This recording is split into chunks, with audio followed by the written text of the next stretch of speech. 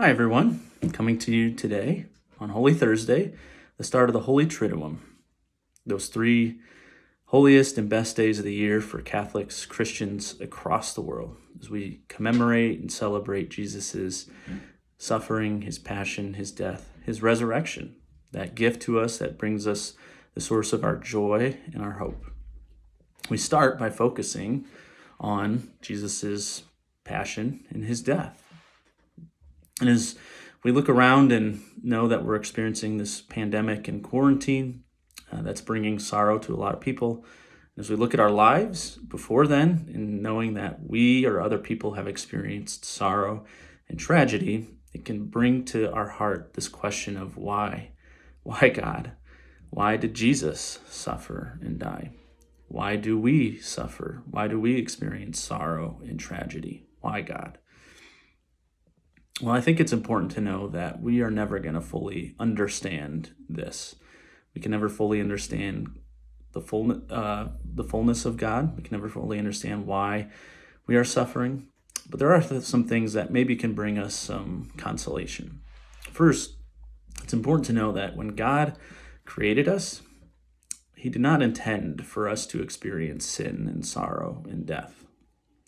In fact, he just created us to share himself and to share love with us between each other. He also created us to love each other perfectly. He also created us to be in harmony with creation. He created us for love. That was all he wanted for us. That was his intent. That was his purpose. But to do so, to be in that relationship, that perfect relationship with him and each other, he had to create us free. And that's where the biggest question comes in. Wasn't there another way for God to do this, where we didn't have to have a free choice, or he could have created us freely, that we wouldn't have fallen? And the answer to that question is no, not really. This is the best, at least that we know of. For instance, we never enjoy things that we're forced to do. Never. Whether it's good things like going to church, or maybe our parents forcing us to do that, or our parents signing us up for an activity that we don't want to do with it when it's related to sports or music.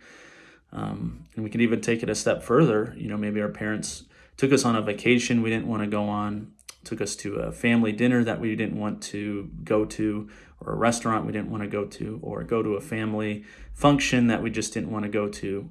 Even though those things are really good for us and for our families, because maybe we were forced to go and we didn't want to, maybe the experiences weren't enjoyable.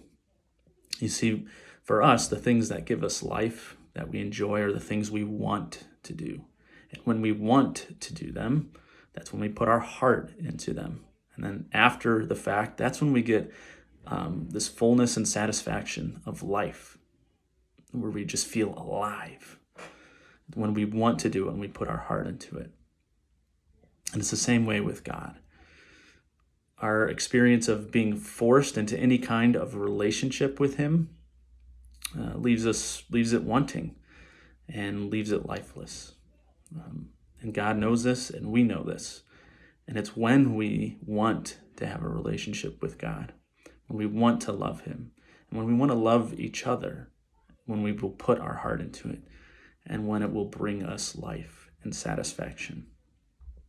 And God knew that was better for us, that it was better for us to love him with our whole selves and not being forced to, even though it meant that he had to create us freely and we had to freely choose him back, which means that we also had the option to not choose him and to turn away from him.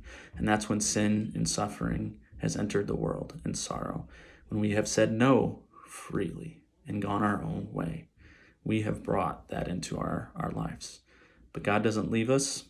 He continues to be with us. He continues to work for our good. He continues to work for that perfect relationship.